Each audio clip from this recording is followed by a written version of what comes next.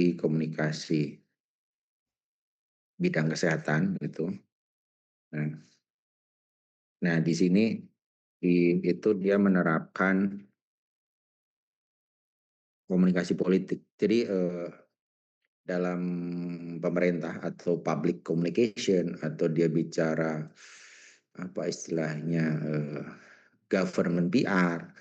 Jadi dia sebenarnya menjalankan proses komunikasi politik. Nah, di dalamnya kita akan mencontoh dari saluran komunikasi politik begitu. Jadi saluran komunikasi politik itu dalam prakteknya kita akan lihat seperti ini. Jadi dalam proses komunikasi politik di sini adalah pemerintah. Di sini pemerintah dalam hal ini adalah Komdigi dan Kementerian Kesehatan itu memiliki dia sebagai aktor politik ya, sebagai main aktor gitu. Dia menjalankan proses komunikasi politik dalam hal ini bidang kesehatan. Jadi bidang kesehatan kita lihat tema atau terkait apa sih pesan politiknya gitu. Jadi sekilas gitu dalam bidang kesehatan itu pemerintah memiliki namanya mana ya kita lihat tema.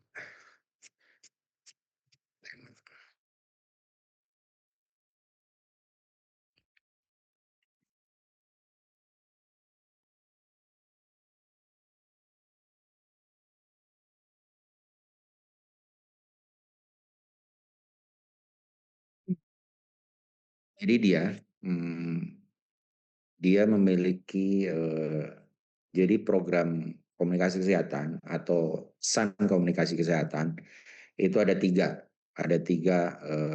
elemen utama. Yang pertama terkait program CKG. CKG itu salah satu bidang kesehatan. Yang kedua program TBC, pencegahan TBC.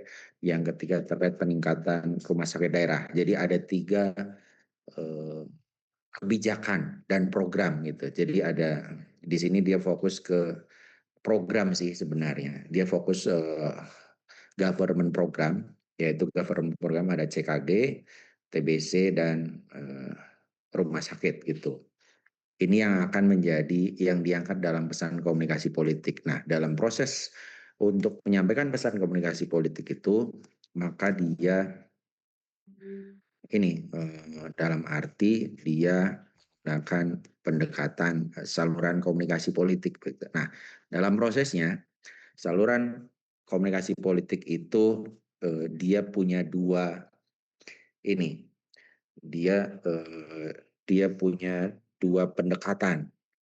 Yang pendekatan yang pertama itu pendekatan yang sifatnya langsung. Jadi saluran komunikasi politik itu antara main aktor, di sini main aktornya adalah pemerintah pusat, maka dia menggunakan pendekatan langsung. Pendekatan langsung itu dalam arti pesan komunikasi politik itu disampaikan kepada target utama. Itu target utama dalam hal ini, target utamanya adalah untuk bidang kesehatan. Pertama adalah masyarakat umum, dewasa, produktif, keluarga muda dan lansia. Ini kenapa? Ini terkait isunya. Jadi dia bicara problemnya itu sekarang banyak penyakit. Penyakit itu kan dia bicara penyakit menular dan tidak menular. Nah, penyakit yang tidak menular misalnya contoh diabetes, kolesterol, darah tinggi, jantung, itu dia sekarang menyerang ke usia produktif keluarga muda. Maka kemudian pemerintah itu mengambil pesan politik, itu pesan kebijakan program, itu terkait masyarakat usia muda itu didorong untuk melakukan CKG. CKG. Nah, CKG itu bentuk dari program yang pengen disampaikan ke publik. Itu. Terus yang kedua, itu ibu hamil. Ibu hamil juga biasanya punya potensi terkait gangguan kesehatan. Nah, untuk itu ibu hamil juga menjadi salah satu target utama dari CKG itu. Jadi ibu hamil terkait. itu juga didorong untuk melakukan CKG. Itu target utamanya, atau yang di sini sebagai receiver atau dia sebagai audiensnya, begitu. Terus ada pasien TBC dan keluarganya. Itu kenapa di Indonesia itu karena pasien TBC itu belum hilang di Indonesia karena sejumlah hal. Dia masih bersifat endemik gitu. Jadi pasien TBC itu di maka dia eh, perlu untuk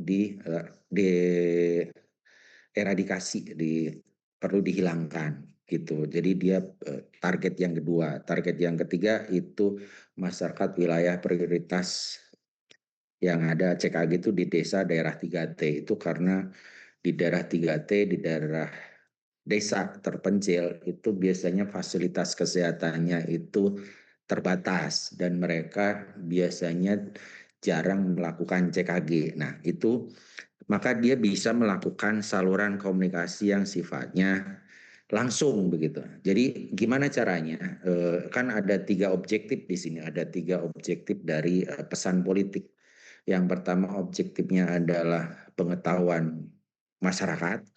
Jadi dia pengen mengedukasi apa itu CKG, apa manfaat CKG, terus kalau di TBC itu mengedukasi dampak TBC, gimana gimana bisa dicegah. Nah itu dari pesan yang bersifat eh, tadi awareness dari public awareness. Yang kedua ada public attitude. Public attitude itu bicara pemerintah itu pengen mengubah atau di situ problemnya itu public attitude, misalnya CKG. Orang itu menganggap kalau anak muda itu anak muda mah pasti bebas penyakit, ngapain CKG itu. Dia ada proses resistensi, self resistant. Nah, maka dia bicara yang disebut dengan attitude. Nah, banyak orang-orang yang dia menolak CKG itu terutama kenapa kalangan usia muda, produktif muda, itu karena satu dia cenderung menganggap CKG itu nggak penting. Nah, kalau dia menganggap penting itu berarti dia sikap gitu. Terus yang ketiga itu perilaku. Perilaku dia bicara program di sini komunikasi politik itu dia ingin meningkatkan public participation. Dalam hal ini adalah peningkatan orang yang melakukan CKG. Jadi dia di sini dalam proses komunikasi politiknya itu dia punya 3 objektif besar. Objektif pertama peningkatan pengetahuan, perubahan sikap, dan mendorong perilaku. Maka kemudian dalam proses saluran komunikasi politik, pemerintah itu disarankan menggunakan 2 pendekatan. Pendekatan yang pertama dengan pendekatan saluran komunikasinya politik yang bersifat langsung. Jadi dia melakukan community event, public dialogue, digital activation, feedback mechanism, public collaboration. Misalnya community event itu misalnya yang ini dilakukan oleh KDM.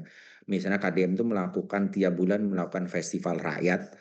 Nah, festival rakyat itu dilakukan untuk biar orang mendorong untuk datang, terus habis datang dia juga di situ ada CKG-nya. Itu community event.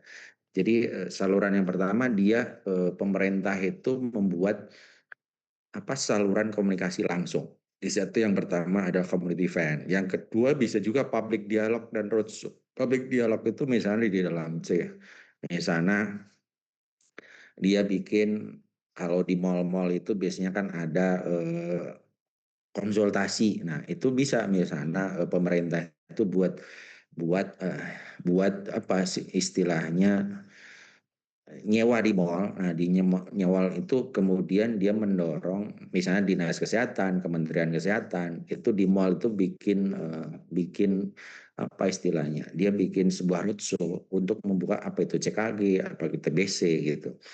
Terus yang ketiga itu bisa juga dengan digital activation. Digital activation itu dalam arti dia menggunakan media sosial. Begitu. Media sosial itu yang ketiga, atau juga feedback mekanisme misalnya pakai layanan customer service. Jadi orang kalau ada kesulitan orang bisa komplain, bertanya situ, itu bisa juga public feedback mechanism, itu saluran komunikasi politik juga. Bisa dengan WA, bisa dengan medsos, bisa dengan call center, itu feedback mechanism. Itu menggunakan pendekatan langsung. Atau juga public collaboration direct. Kita dengan apa istilahnya partisipasi komunitas lokal, itu direct. Itu yang pertama. Jadi pemerintah di sini atau dalam konteks komunikasi politik apapun itu dia bisa menggunakan pendekatan direct atau langsung. Tapi di sini misalnya kita ingin mempengaruhi masyarakat itu berubah atau mengedukasi masyarakat, kita juga bisa menggunakan pendekatan tidak langsung. Nah, pendekatan tidak langsung itu berarti dia meminta aktor politik lain untuk membantu. Misalnya contoh kasus ada BKKBN, ada Kemdikbudristekdikti. Kenapa Kemdikbudristekdikti misalnya dilibatkan gitu?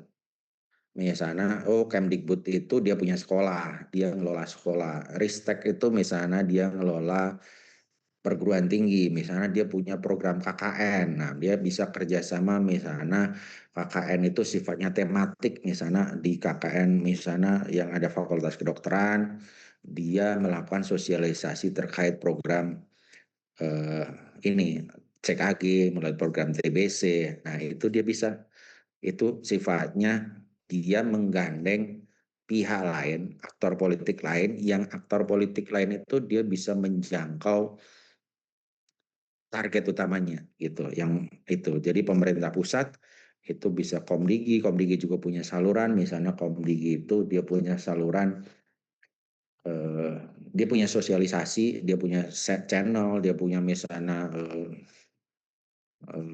misalnya pagelaran rakyat, itu bisa digunakan untuk menjangkau target komunikasi politik. Terus juga bisa dengan Dinkes. Dinkes itu dalam arti dia punya rumah sakit, dia punya puskesmas, begitu. Jadi dia sifatnya partner mitranya. Maka misalnya di rumah sakit, di rumah sakit, di puskesmas, itu juga bisa menjadi tempat untuk sosialisasi. Jadi dia mitranya, dia membantu, atau yang di dalam teori disebut dengan two step flow communication, atau bisa juga dengan rumah sakit daerah, RSUD, tenaga kesehatan.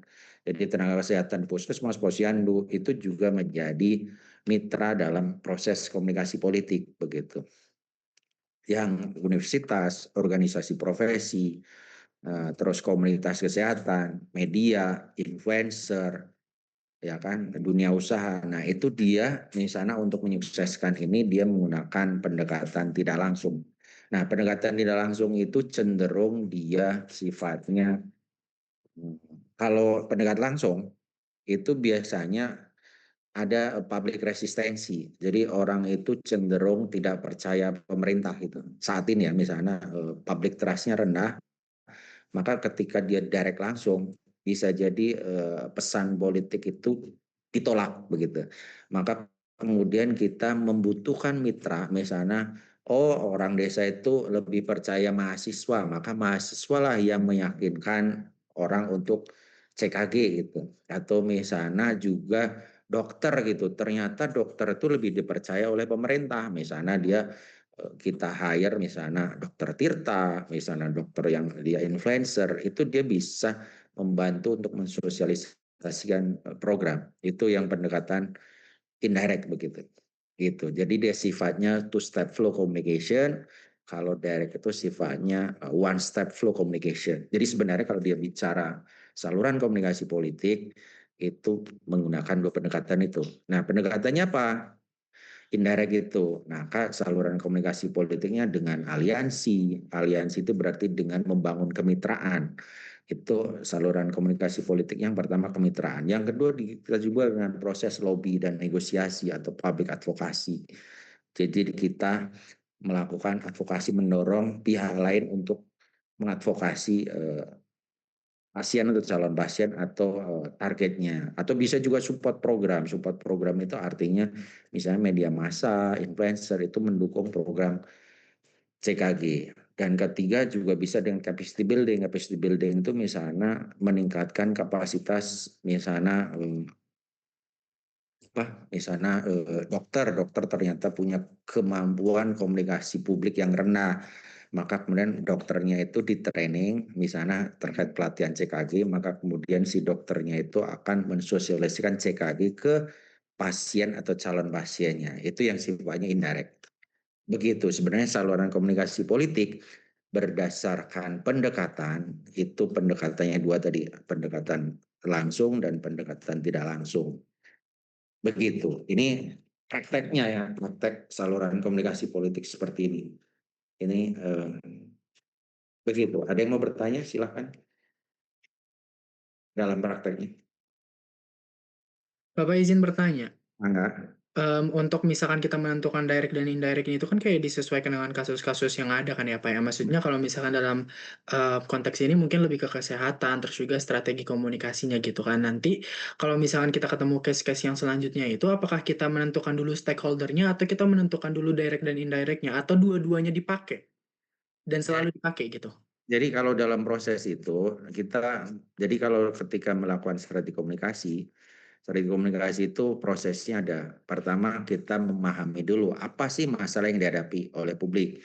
Misalnya kita lihat ketika bicara komunikasi kesehatan itu misalnya kita pengen tahu sih apa sih masalahnya untuk membangun pesan tadi dan salurannya kita dari hulu dulu. Hulunya misalnya kesehatan itu di Indonesia, dia punya 3 masalah dasar. Satu, akses. Akses itu tidak semua bisa mengakses layanan kesehatan. Ya kan misalnya CKG, itu kan misalnya kalau nggak ada CKG, kan nggak semua orang bisa CKG, karena CKG itu kan biayanya mahal. Jadi satu terkait akses. Yang kedua itu terkait kualitas. Jadi bicara orang melihat kesehatan nasional itu belum dianggap berkualitas.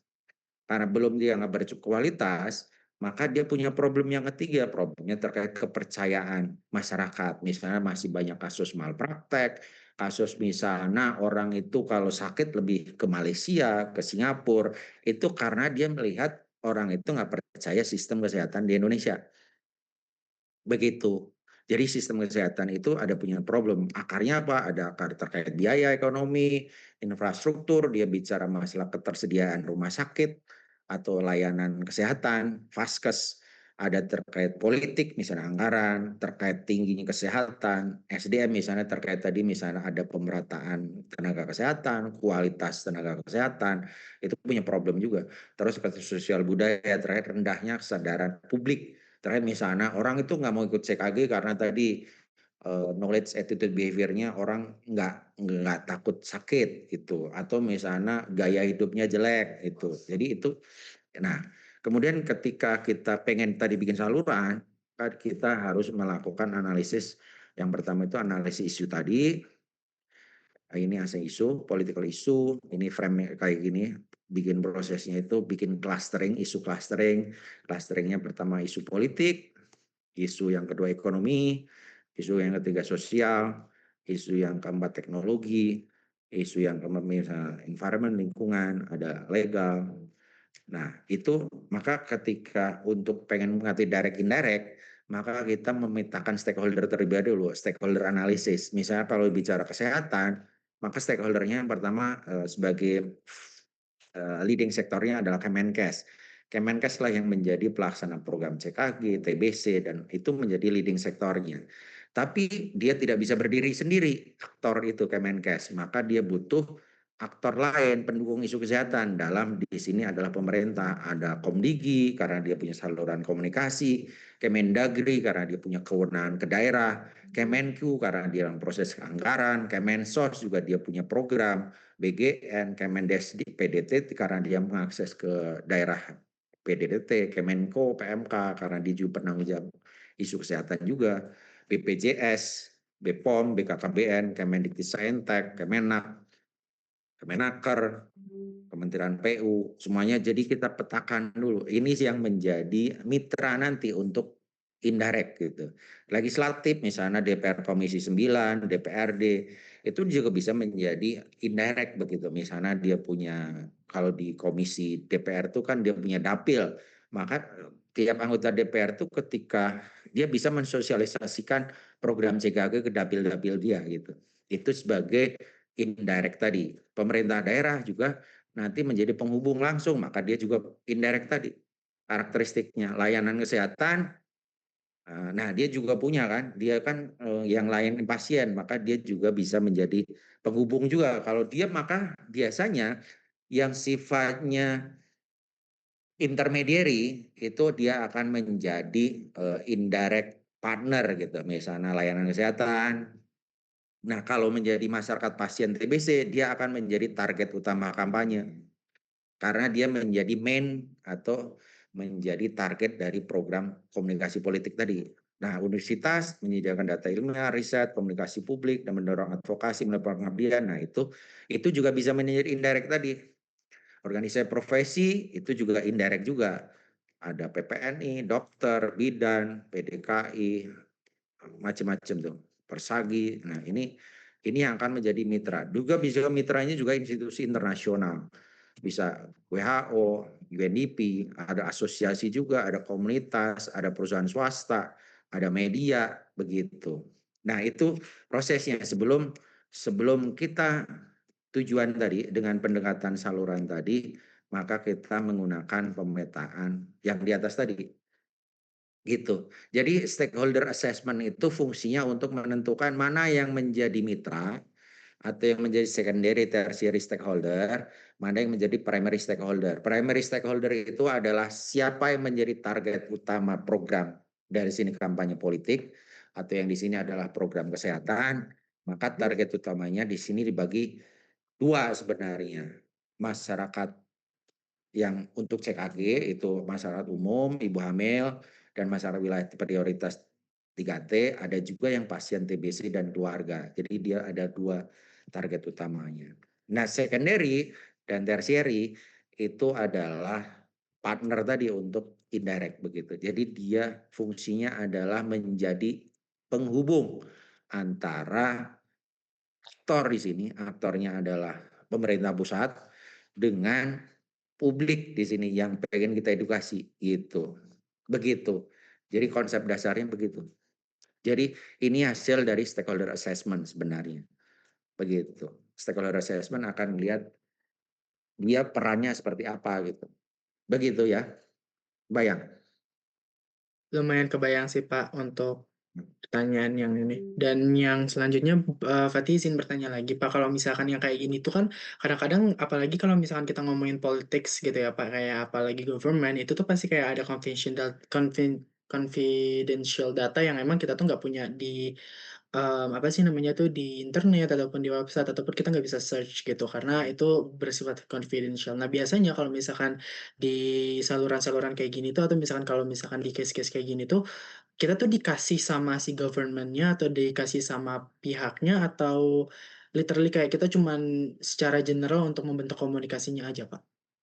Jadi biasanya misalnya kita mau bikin, misalnya dia bikin strategi komunikasi di bidang kesehatan. Maka dalam proses itu karena kita itu dibayar oleh Kopdigi, maka kita melibatkan stakeholdernya. Misalnya kita ngundang ngundang Kemenkes, ya kan, ngundang kementerian-kementerian. Maka dia akan membahas gimana sih program CKG itu, hambatannya apa. Misalnya kita tahu misalnya hambatannya apa sih? Oh, hambatannya terkait misalnya pengetahuannya rendah. Oh, hambatannya. Nah, ini hasil dari riset tadi. Jadi based on riset. Jadi sebenarnya riset itu ada dua pendekatan. Ada yang primary research. Primary research itu biasanya kalau untuk nyari data ini dengan FGD.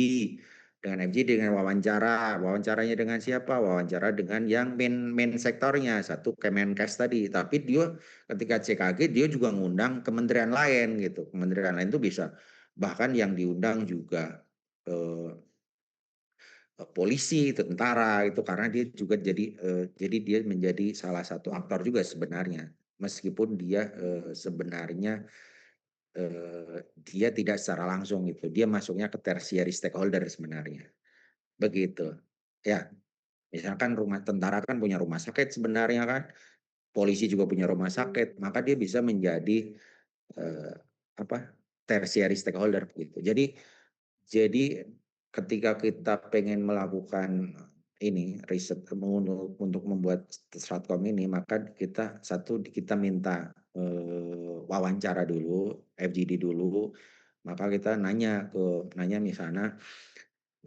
di Kemenkes itu punya program apa sih sekarang yang menjadi prioritas, ditanya pesan politiknya apa, oh ternyata di sini misalnya oh di di di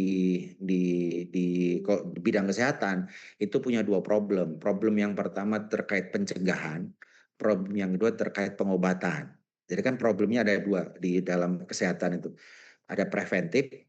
Preventif itu berarti dia bicara mencegah penyakit. Misalnya CKG itu kan komunikasi preventif gitu. Sebenarnya itu. Yang kedua itu dalam komunikasi kesehatan ada komunikasi kuratif. Kuratif itu dia bicara pengobatan. Misalnya karena di Indonesia itu targetnya itu adalah TBC, zero TBC case, maka pemerintah fokus ke TBC meskipun banyak penyakit itu. Jadi penyakit itu kan banyak, tapi dia memprioritaskan TBC.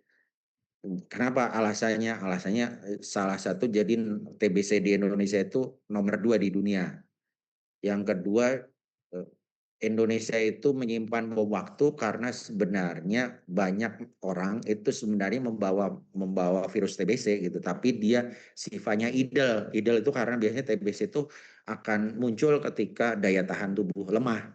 Maka dia punya dua pendekatan. Preventif itu untuk orang yang belum sakit, kuratif itu untuk orang yang sedang sakit gitu. Maka tadi dipecah menjadi programnya ada dua tadi, program CKG sama program TBC.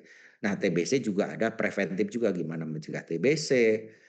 Itu juga itu hasil dari jadi komunikasi politik ini apa tujuannya, apa pesannya, metodenya apa, itu kita nggak bisa ngawang-ngawang, tapi kita hasil dari based on riset gitu. Maka itu fungsi dari konsultan itu seperti itu sih. Begitu. Oke, terima kasih Bapak. Ya, ada lagi mangga silakan. Bapak izin mau bertanya, Bapak. Silakan. Jadi kita jadi kita mohon maaf. Jadi kan ini apa sih? Jadi kan kalau misalkan saya itu memang punya ketertarikan daripada dunia politik ya, Pak. Kebetulan saat ini juga kami tuh lagi bermitra sama PKS saat ini tuh. Nah, nyata kalau misalkan nih seandainya kan kayak misalkan nanti menjelang pemilu kan nanti bakal ada kayak tim ses, nanti bakal ada stakeholder komunitas dan lain-lain gitu buat menggait massa. Tadi kan Bapak tuh sempat mention soal bagaimana asesmen asesmen si stakeholder mana yang primary, secondary sama tersier. Nah, mungkin pertanyaan saya gitu, kalau misalkan nanti pasti kan bakal ada dana-dana yang keluar itu gimana cara kita menentukan prioritas yang menjadi stakeholder kita tuh gimana gitu yang buat ngebantu kampanye kita seperti apa? Begitu sih Pak. Jadi kan gini, prioritas itu dia bicara stakeholder itu kan punya tiga dimensi dasar. Stakeholder itu. Jadi ketika dia pengen nentuin mana yang penting atau enggak, kita punya tiga dimensi dasar stakeholder. Satu dia punya interest. Interest itu dia punya kepentingan. Kayak misalnya kayak gini. Universitas kedokteran, fakultas kedokteran dia punya health interest, ya kan? Jadi kalau ketika dia bicara apa istilahnya stakeholder assessment, itu di dalamnya ada stakeholder assessment itu dia ada interestnya apa? Itu misalnya kalau dia bicara misalnya ada jadi komunikasi politik di PKS misalnya. Maka PKS itu kan berarti dia harus metain misalnya interestnya misalnya contoh kasus politik interestnya terkait misalnya fokus ke pertanian misalnya, punya program pertanian, maka program pertanian itu yang punya interestnya satu misalnya petani, komunitas tani, koperasi, nah itu dia akan namanya interest yang paling penting. Yang pertama itu adalah main interest, kalau dia bidang kesehatan, maka main interestnya itu adalah kesehatan. Tapi ada juga stakeholder itu dia itu main interestnya nggak kesehatan. Misalnya contoh kasus DPR. DPR itu sebenarnya fokusnya bukan CKG, anggota DPR itu. Tapi fokusnya adalah political interest. gua itu punya dapil nih, gimana caranya dapil itu gua itu dianggap berhasil di dapil, maka dia punya CKG nih. Oh, dia mensosialisasikan, "Bapak Ibu, kita bantu pemerintah, ini CKG program pemerintah." Dananya dari kan dia punya dapil itu kan dia punya pasti dana sosialisasi. Maka dia membantu itu untuk sosialisasi ke dapilnya terkait CKG. Dia punya political interest. Tapi ada juga yang sifatnya economical interest. Economical interest itu misalnya dia punya interestnya itu terkait, oh dia dapat proyek itu, bisa juga itu misalnya. Atau misalnya influencer misalnya kan dia harus bayar kan, maka dia punya economical interest. Ada juga yang cultural interest. Cultural interest itu misalnya ormas, pesantren, organisasi lokal. Dia itu kan cultural interest-nya kan social cultural interest-nya kan dia punya misalnya santri nih. Kok santri gue sering sakit gitu. Nah, itu kan dia punya ikatan sosial kultural. Maka dia bisa juga gitu. Maka ormas itu dia bisa membantu karena dia punya sociological atau cultural interest. Itu yang dilakukan oleh KDM. Kenapa sih misalnya KDM itu misalnya tiap bulan itu melakukan pagelaran seni. Pagelaran seni yang dia undang bukan Ustadz Kiai, sekarang yang dia undang adalah seniman Sunda. Nah, seniman Sunda itu punya interestnya macam-macam. Satu, dia punya economic interest, pasti pengen dibayar kan. Yang kedua, dia juga punya cultural interest. Ini selama ini budaya Sunda itu hilang, gimana caranya? Nah, itu juga bisa gitu. Maka kemudian itu yang pertama, Anda harus metain kepentingannya apa terkait organisasi Anda. Nah, yang kedua, dia punya power atau enggak. Maka ketika bicara stakeholder assessment, kita akan bicara seberapa kuat powernya. Power itu bisa macam-macam. Ada bicara information power itu dia seperti uh, uh, influencer. Influencer tuh media massa itu dia punya punya information power. Dia itu bisnya powernya bersifat informasi. Gitu. Jadi orang itu bisa berubah karena si influencer power.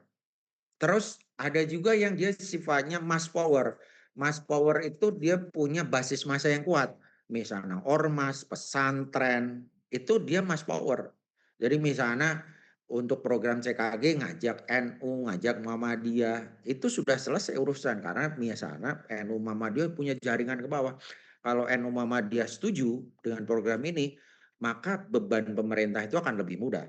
Itu yang disebut dengan power interest. Jadi power interest ada satu information, yang power assessment itu ada informasi, yang kedua ada mass, yang ketiga ada yang sebenarnya knowledge interest, knowledge power. Knowledge power itu orang itu dipercaya karena kompetensinya, misalnya dokter, perawat, itu dia bicara knowledge power. Jadi dia itu dipercaya karena pengetahuan gitu. Atau juga bisa yang dia punya yang disebut dengan ada knowledge power, ada economical power. Economical power itu dia punya uang, maka dia misalnya BUMN, oh BUMN punya program CSR, dia juga bisa digabung. Nah, itu dia yang jadi Anda yang pertama harus melihat asesmennya kepentingannya apa. Kedua, seberapa kuat powernya, semakin kuat powernya maka dia harus dilibatkan gitu. Ya, terus yang ketiga, dia punya namanya legitimasi atau enggak. Legitimasi itu berupa kewenangan. Kewenangannya apa? Misalnya contoh kasus pemerintah Komdigi, dia punya kewenangan. Kewenangannya dia punya anggaran, dia punya saluran media. Kemendagri, dia bisa bikin surat edaran. BKKBN, dia juga punya kewenangan juga. Kemendikbud, dia bisa merintahin universitas untuk terlibat. Kemendikbudristek. Kemendikbud, dia punya sekolah, bikin surat edaran, tolong sukseskan CKG. Bisa selesai gitu. Pemerintah daerah juga punya namanya kewenangan. Itu rumah sakit daerah, dia punya kewenangan, dia punya power gitu. Nah itu, jadi ketika Anda bertanya kampanye itu gimana sih caranya strategi kampanye? Strategi kampanye itu Anda harus petakan dulu kepentingannya apa, ke powernya seperti apa, kewenangannya seperti apa. Jadi kalau dia punya power interest dan itu maka dia harus dilibatkan. Begitu. Jadi prosesnya seperti itu. Jadi ini contohnya. Jadi yang ada di tengah itu kemungkinan dia memiliki satu, dia pasti punya interest, kalau nggak mungkin dilibatin.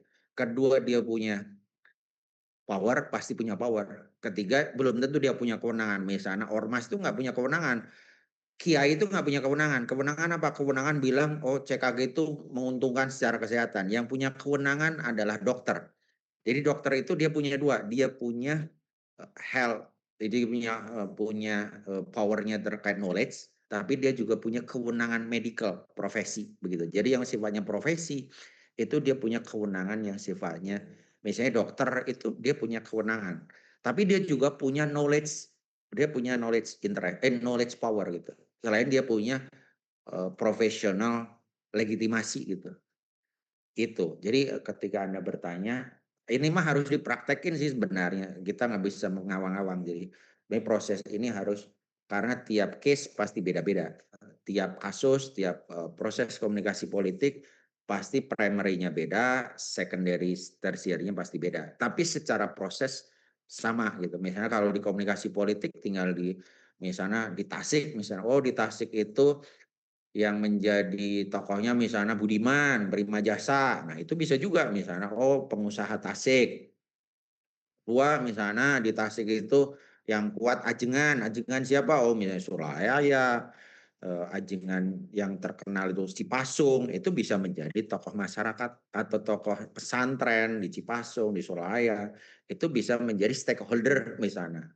Tapi bisa jadi dia stakeholdernya bisa jadi afiliasinya nggak PKS. Dia afiliasinya karena di Tasik itu kan ada pesantren Persis, pesantren NU, pesantren Muhammadiyah, pesantren PKS. Nah itu kan juga pasti punya interestnya beda-beda. Begitu. Itu misalnya contoh kasus. Tapi kita harus assessment dulu gitu. Tidak sekedar oh, ini harusnya ini enggak, tapi kita harus prosesnya harus jadi saluran apa? Nah, gitu. Mangga silakan. Apa iya Marco ini Papa di kelas dulu. Nah, mangga silakan. Mangga. Ya.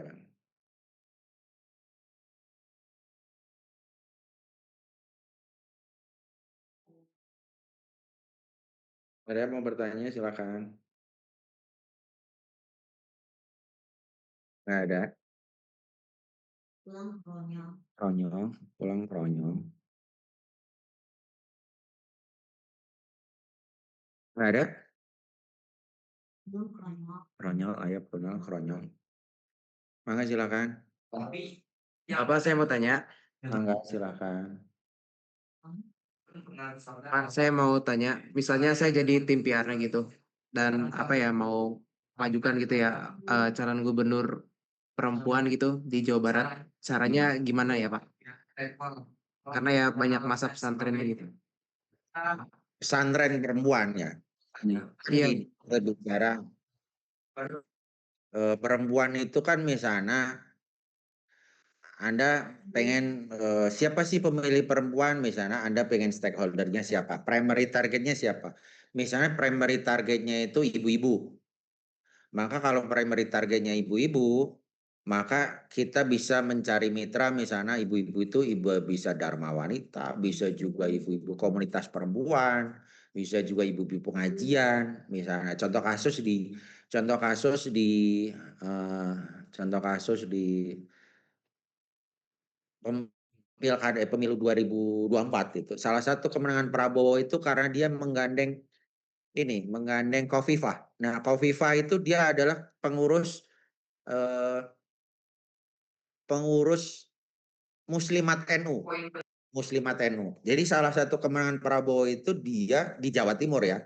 Itu di perempuan karena dia gandeng Muslimat. Gitu. Nah, pertanyaannya problemnya calon perempuannya itu karakteristik secara sosiologisnya seperti apa gitu. Kan jadi pertanyaan. Kalau karakteristik sosiologisnya itu backgroundnya NU, maka kita harus mencari misalnya orang itu mitranya adalah basisnya adalah misalnya pengajian-pengajian NU. Tapi kalau misalnya dia itu backgroundnya itu adalah kan kita harus cari dulu di dalam konteks target itu mana yang dia keunggulannya di mana secara sosiologis. Oh ternyata calonnya itu secara sosiologis dia dekat dengan NU. Oh ternyata dia nggak dekat NU, dia dekatnya misalnya contoh kasus nyata itu misalnya dulu Rieke Diah Pitaloka. Rieke Diah Pitaloka itu dia tidak punya basis sosiologi di Jawa Barat. Maka kemudian ketika pilkada dia kalah. Kenapa? Karena dia itu kan dianggap sebagai liberal, kiri liberal. Itu dia itu kiri. Nah, maka ketika dibicara kiri liberal, maka dia tidak bisa menjangkau jangkauan ibu-ibu di pedesaan gitu. Nah, orang-orang pedesaan itu ibu-ibu itu kan cenderungnya memilih dari sisi bukan sosiologikal, kadang dia memilih karena psikologis. Misalnya, oh orang itu milih calon karena dia ganteng, oh dia karena menawan, itu bisa juga. Jadi kita nggak tahu. Jadi pesan politiknya bergantung pada karakteristik si targetnya gitu. Jadi kalau masih ngawang-ngawang, gimana kalau calonnya adalah perempuan di Jawa Barat? Kita nggak tahu kalau lihat karakteristiknya. Jadi kita harus melihat kan kalau dibicara pesan politik ada 3 kan. Ada ada policy, ada personal, ada program. Nah ini kan personal atau profile. Profile. Nah itu kan kita harus lihat kita mau jual barang yang seperti apa gitu. Gitu. Gitu. Jadi kita nggak tahu kalau kita nggak tahu yang kita jual apa. Gitu. Ya. Ya.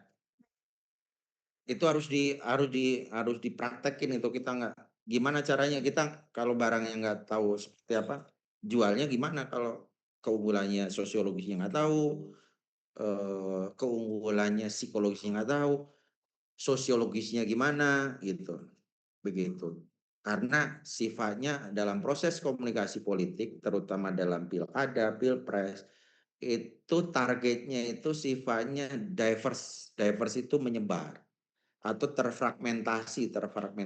Jadi dia itu karakteristiknya terfragmentasi. Fragmentasinya bisa fragmentasi secara sosiologis, misalnya ada NU, Ormas, Muhammadiyah, atau juga fragmentasinya bisa juga fragmentasi demografis. Misalnya demografis itu misalnya umur, usia, terus fragmentasinya bisa etnisitas, misalnya kalau di Jawa Barat itu etnis itu terbagi yang besar kan cuma 2, Jawa dan Sunda. Jawa itu kuat di daerah perkotaan, misalnya Bekasi, ya kan, daerah industri. Sunda kuat di daerah Priangan Tengah dan Priangan Timur. Priangan Utara itu secara sosiologis juga beda. Dia cenderung, jadi ketika bicara sosiologis Jawa Barat, sosiologis Jawa Barat itu kan Sunda, tapi Sundanya terpecah. Ada Sunda Priangan Tengah, Bandung sekitarnya. Ada Sunda Priangan Timur yang disebutnya Tasik, Garut. Nah, ada Sunda bagian Priangan Barat, itu misalnya Bogor, Cianjur. Ada Sunda bagian pesisir, itu misalnya contoh kasus Cirebon. Itu karakteristiknya beda. Ada yang Sunda Abangan, ada yang Sunda religius, ada Sunda perkotaan. Maka ketika dia bicara target, kita harus tahu dulu karakteristik yang kita jual apa. Begitu. Jadi ini sifatnya kontekstual. Mangga. Baik, terima kasih Bapak. Mangga. Ada lagi? Bapak mungkin this is last question. Aku pengen nanya Pak kalau misalkan terkait kan di salah satu daerah itu kan ada misalkan community event ya kan Pak. Kayak misalkan ada gerakan nasional cek kesehatan gratis. Nah, apakah biasanya kalau misalkan ada kegiatan-kegiatan kayak gini tuh dibuatkan press release-nya untuk menyatakan bahwa kita ada kegiatan ini gitu. Nah, bentuk press release-nya tuh apakah bentuknya poster atau kayak gimana? Jadi dia ini kan secara besarannya kan. Di bawahnya itu ada detail yang secara ininya, detail yang secara program.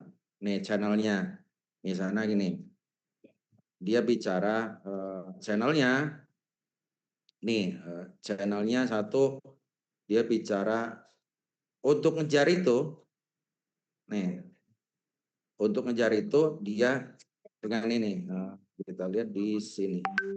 Mana ya? Nih, detailnya di sini. Jadi ada strategi yang pertama itu bicara strategi komunikasi, itu kan ada preventif dan kuratif. Tapi kita harus punya strategi media.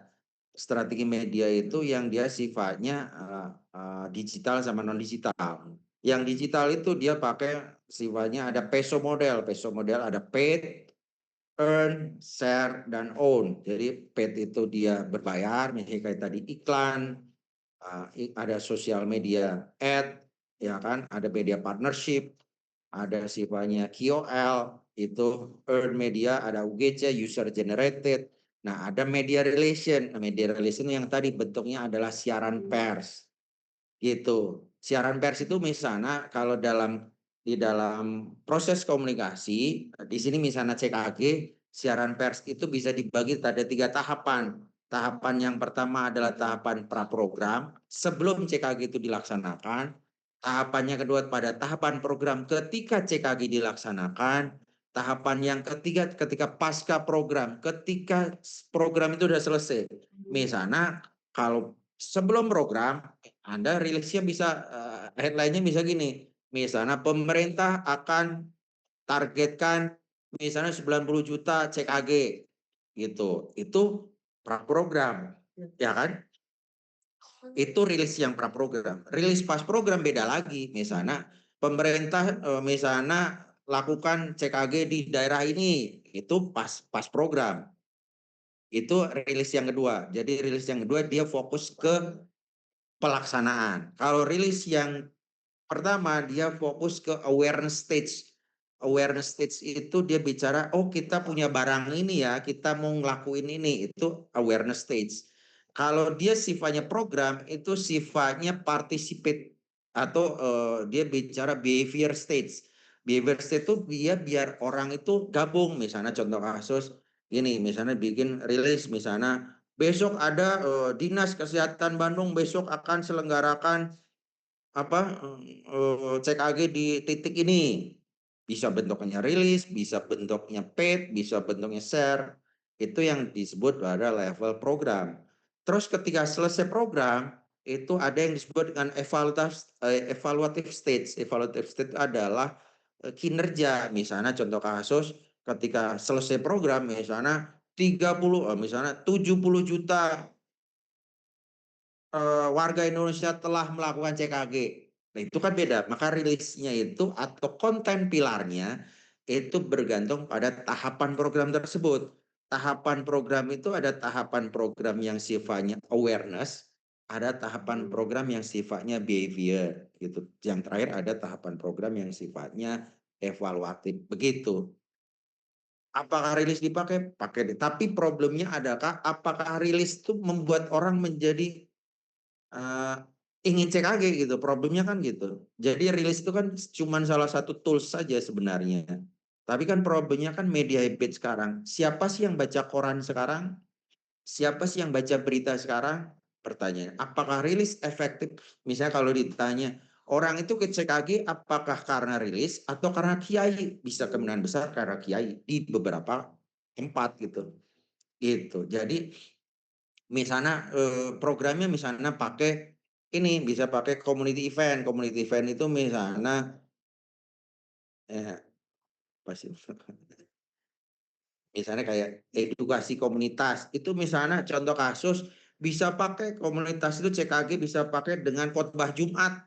Misalnya kita kerjasama dengan NU, Muhammadiyah. Pak, khotbah Jumatnya itu materinya terkait CKG, boleh nggak? Bisa. Nah itu dia karena ketika bicara saluran komunikasi, dia punya dua. Jadi saluran komunikasi itu dia punya dua dimensi. Dimensi yang pertama adalah efisiensi, dimensi yang kedua adalah efektivitas. Jadi ada saluran komunikasi itu yang efisien. Efisien itu dalam arti jangkauannya luas. Efisien itu, misalnya iklan tuh efisien tuh. Misalnya contoh kasus paid media. Paid media itu sifatnya efisien. Misalnya dia bisa menjangkau dalam satu tayangan, bisa menjangkau jutaan orang dalam satu waktu. Tapi dia tidak efektif mengubah perilaku. Karena misalnya kalau dihitung, misalnya dia yang lihat 1 juta, berapa persen yang ikut CKG? Misalnya dari 1 juta yang lihat, yang ikut CKG 10, cuman 1000. Maka dia itu akan, dia itu 1000 ke 1000 per 1 juta. Maka berapa persen tuh? 0,001. Maka dia sifatnya efisien secara biaya, tapi dia tidak efektif mengubah perilaku. Khotbah Jumat itu tidak efisien karena kan ada banyak masjid gitu. Berarti kita harus gandeng berapa ribu masjid untuk biar orang tahu CKG. Tapi dia efektif mengubah, misalnya di dalam masjid itu ada 30 orang yang ikut khotbah Jumat. Maka dari 30 orang itu kemungkinan besar bisa 20 orang ikut CKG. Maka dia secara efektivitas 20 per 30, 67%. Gitu. Jadi kalau pendekatan komunikasi itu yang sifatnya sosial media atau sifatnya media, pakai rilis, itu dia efisien secara biaya, efisien secara jangkauan. Reach-nya efisien, biayanya efisien, tapi dia punya kelemahan utama pada efektivitas dalam perubahan perilaku. Gitu. Tapi kalau dia yang sifatnya edukasi, misalnya edukasi komunitas, kultural, itu dia secara efisiensi nggak efisien karena dia punya banyak titik, misalnya kayak titik masjid. Berarti kalau untuk CKG butuh masjidnya 50.000. Nah, 50.000 kaliin misalnya berapa ustadz kiai yang harus dilibatkan. Maka dia tidak secara biaya tidak efisien, secara waktu tidak efisien, tapi dia secara perubahan perilaku, dia efektif mengubah perilaku. Jadi pilihan dari media ini, apakah dia medianya itu sifatnya digital dan non digital, atau di sifatnya itu sangat bergantung pada karakteristik media habit. Misalnya orang itu suka TikTok gitu, anak muda, maka dia akan lebih efektif mengubah perilaku, mendorong untuk itu. Atau misalnya Dokter Tirta gitu, Dokter Tirta itu efektif mengubah perilaku karena dia followernya banyak dan dia didengerin, nonton banyak, ratusan ribu bahkan jutaan. Maka Dokter Tirta itu secara medium dia efektif, tapi dia bergantung pada media habitnya. Siapa sih yang nonton Dokter Tirta? Oh, kelas menengah atas. Siapa sih? Oh, daerah perkotaan. Oh, daerah ini akses internetnya bagus. Tapi di daerah pedesaan nggak tahu siapa Dokter Tirta. Yang dia tahu adalah kiai gitu. Jadi problemnya adalah dalam saluran komunikasi politik dia harus mix method, harus salurannya itu campuran. Dia tidak bisa satu saluran saja. Maka dia akan bergantung pada media habitnya, bergantung media consumption-nya, bergantung pada news source informasinya, dia lebih percaya siapa. Maka di daerah pedesaan dia lebih percaya ustadz kiai dibandingkan influencer. Maka kita harus menggandeng ustadz kiai untuk mengubah perilaku tersebut. Gitu. Jadi rilis itu hanya sebagian kecil. Kalau saya sih melihat rilis itu dia bagus di awareness, tapi dia jangkauannya luas, tapi dari sifat efektivitas saluran dia dipertanyakan gitu. Itu yang harus jadi pertimbangan ketika kampanye. Makanya kenapa dalam proses komunikasi politik kampanye itu kenapa yang paling efektif relawan. Relawan itu efektif untuk mengubah perilaku karena dia door to door kan. Tapi relawan itu tidak efisien, mereka harus butuh ribuan bahkan ratusan ribu relawan kalau dia sifatnya adalah pemilu nasional. Kalau sifatnya pilkada tinggal berapa desa, misalnya di Tasik ada 500 desa, berarti satu desa ada satu relawan, berarti ada 500. Atau satu desa ada 2 relawan, berarti ada 1000. Kalau dia misalnya 1000 itu dikaliin honornya, misalnya honornya 500, maka 500 kaliin 1000, maka berapa? Dia butuh berapa gitu. Itu yang menjadi ketika kita bicara saluran komunikasi politik harus mempertimbangkan audience behaviornya, audience habitsnya seperti apa gitu. Jadi rilis apa? Rilis bisa, tapi pertanyaannya Siapa yang baca berita sekarang? Oh, masih ada yang baca berita. Begitu, Ujang. Siap, makasih Bapak. Mangga. Ada lagi, mangga? Silakan. Yuk, gimana? Dapat berapa penumpang, yuk? Alhamdulillah. Paling jauh kemana? Ke Cisadane. Ayo, pulang. Bentar. Ada? Kalau nggak ada, saya mau pulang ini. Jadi nanti minggu depan mata kuliahnya adalah satu aktor, dua adalah pesan politik, tiga adalah saluran komunikasi politik begitu. Ini Anda bisa menggunakan pendekatan case study seperti ini, misalnya case study untuk misalnya menjawab tadi, misalnya tolong misalnya saluran jika Anda seorang PR pemerintah, Anda punya misalnya nanti soalnya misalnya jika ada program MBG, bagaimana sih saluran komunikasi politik yang menurut Anda tepat gitu, itu seperti itu. Jelaskan dengan menggunakan apa. Nah, itu kan sebenarnya secara praktikalnya seperti itu. Jadi komunikasi politik itu sebenarnya dia dipakai untuk dalam PR itu dalam ketika penyusunan stratkom gitu. Jadi stratkom itu biasanya salah satunya pendekatannya kalau Anda masuk humas itu biasanya dia pakai pendekatan komunikasi politik. Kalau dia programnya adalah bidang politik itu. Itu sih, itu aja. Secara praktikal ulang. Ada? Mau bertanya? Enggak? Enggak ada? MBG? Kalau nggak ada kita sudahin saja. Terima kasih atas waktunya. Begitu. Makanan baik juga. Cocok nanti dimarahin Prabowo nanti bilang makanan babi. Oke. Ya, terima kasih. Terima kasih. Terima kasih Bapak. Pak, Terima kasih Bapak. terima kasih. Sejam Terima ya? kasih Devta. Sejam ya? Seru kali sejam doang kalau kuliahnya, coy.